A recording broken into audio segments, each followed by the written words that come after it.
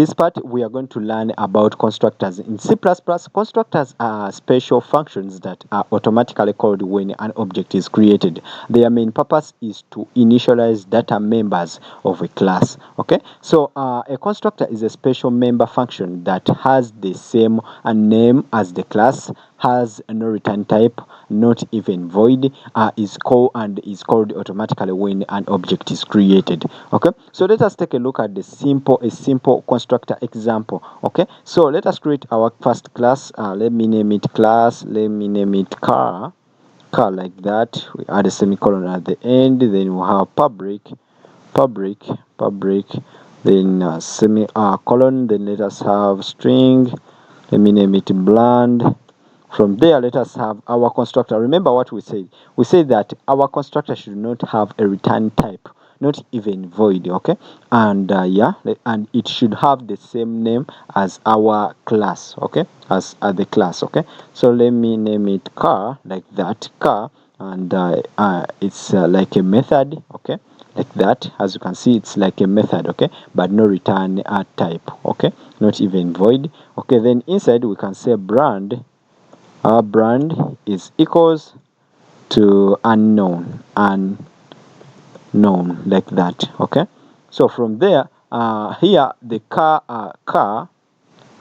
parenthesis is a constructor, and it runs automatically when a car object is created, and it assigns a default value to brand. Okay, so let us take a look at how we can create an object. So if we try to save and go down in our main function, and we try to create our car object, let me name it car1. We declare it like that, we create it like that, and we try to output. Let us try to output our car1 but dot brand like that. We try to save, and if we try to compile, we try to run. As you can see, we get unknown. So the constructor runs as soon as the car1 is created. Okay, so as you can take a look. Okay, as you can see right here. Okay, right there. So output will be unknown, as we have seen here. So let us now take a look at the parameterized constructor. So constructors can take parameters. Okay, so for example, we can come inside our constructor call, and then we create a string.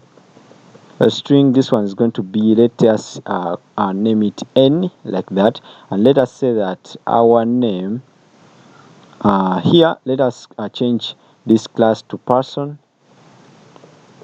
like that, and this one is going to be not, let me name it name, and we take our parameter. Then we are going to say that our name is going to be equals to our n.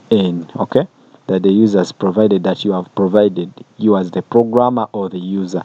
Okay, so from there, let us change this constructor to be person like that, and then let us go down in our main function. So and then we create an object here. So our object is going to be from the person class. We name it p1 like that. Okay, so and as you can see, if we try to create our object like that here, let me delete this line.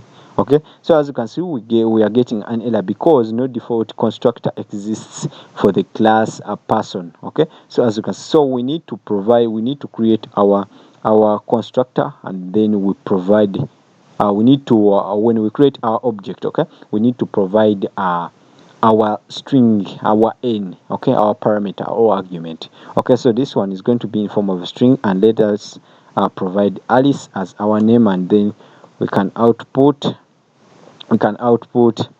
p1 but dot name like that. Okay, so constructors receive a value and initializes the object with the custom data. Okay, so the output here, we are going to get Alice. You can try it out. I'm not going to try it out. Not going to compile and run it. Okay, so let us now take a look at multiple constructors. So a class can have more than one constructor. Okay, so let us take a look at it. Let us take a look at this one. Let us create another class. Let me forward this one, and then I'm going to create another class, and I'm going to name it let me name it box. Okay, like that. I want you to be comfortable with creating classes. This one's going to be public. Then we are going to have let us have our size, because our box should have a size. Then let us have create multiple constructors. Okay, so a constructor should have the same name as the class, and it should not have any return type. Okay, then we are going to set a size. Let us initialize it to be 0, like that, and let us create another constructor.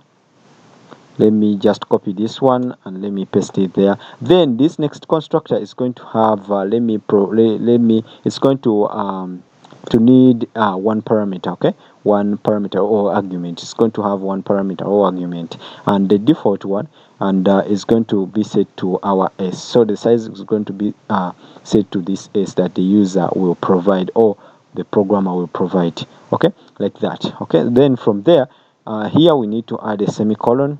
Okay, like that. If we try to save, so here first constructor sets a default value, and the second constructor sets a user defined value. Okay, so let us take a look at when constructors are called. So constructors are called automatically, and once they are called once per object, and at the moment of the object creation. Okay, so let us now take a look at how we can use these two methods. Okay, these two methods. So we can use one of them. Okay, we can either provide one without a parameter, or we can use the one with the one parameter, and we provide that parameter. And when we don't provide that parameter, our compiler will take it as if we are using this first one, okay, without the parameter. And if we provide the parameter, our compiler will assume we are using the second one. Okay, so let us try to create our, let me delete this one. Let us try to create our box 1.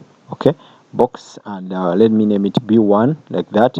And if I don't provide anything and I just end with a semicolon, as you can see, this becomes valid, because the compiler or our OVS code and the extension we installed is assuming that we are using this function. Okay, this method. Okay, and if I provide the